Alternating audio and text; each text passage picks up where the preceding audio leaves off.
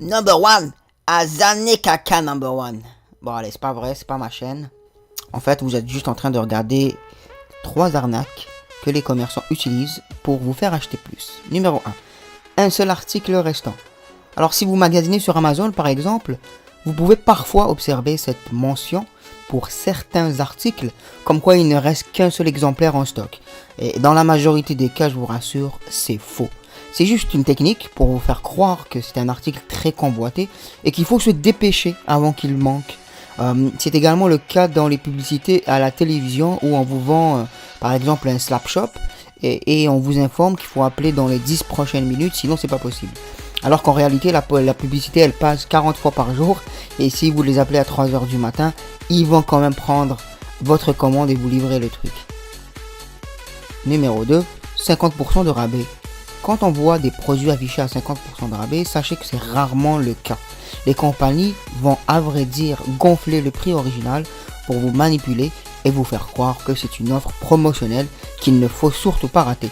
Personnellement, j'ai travaillé chez une compagnie, je vais vous le dire, c'est Yves Rocher, et ils font ça avec tous les produits, je ne plaisante pas. Tous les produits affichés sont à 50% en de rabais, et ça en tout temps, c'est toujours à 50% de rabais. Et jamais une cliente a payé le plein prix pour un produit, et donc ça a l'air de marcher parce que les clientes, en fait, quand elles nous appellent, elles sont très contentes quand on leur dit que c'est offert à 50%, alors qu'en réalité, c'est toujours 50% le prix. Voilà, donc c'est vraiment, au final, vous l'achetez au prix qui convient à la compagnie. Numéro 3, les emballages. Alors, vous avez sûrement déjà acheté un sac de chips qui ne l'a pas fait. Hein? Vous l'avez déjà remarqué aussi qu'il y a plus d'air dans les chips. En fait, il y a plus d'air dans le sac que de chips. Ben c'est normal, on gonfle l'emballage avec de l'azote pour conserver la fraîcheur des chips. Le problème, c'est qu'au fur et à mesure qu'une compagnie se fait un nom, elle change subtilement son emballage de sorte qu'on paye le même prix pour moins de quantité. Comme les frites de McDonald's par exemple. Et encore une fois, on a les emballages des sneakers. Donc c'est une technique très utilisée, même aujourd'hui.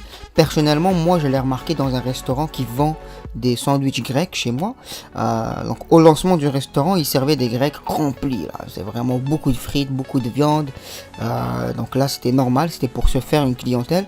Après quelques mois, j'y suis retourné. J'avais commandé le même sandwich, le même trio avec des frites et tout. J'ai payé le même prix et pourtant il y avait moins de nourriture. Ça m'avait même pas rempli. Bon, peut-être que je suis devenu gros et que je prends plus, mais je pense pas que c'est ça.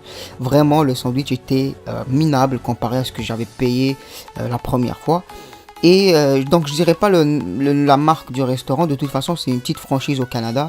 Mais bon, c'était juste pour vous dire que les arnaques de ce style, ça existe toujours. Sur ce, je vous laisse les amis, je vous dis ciao.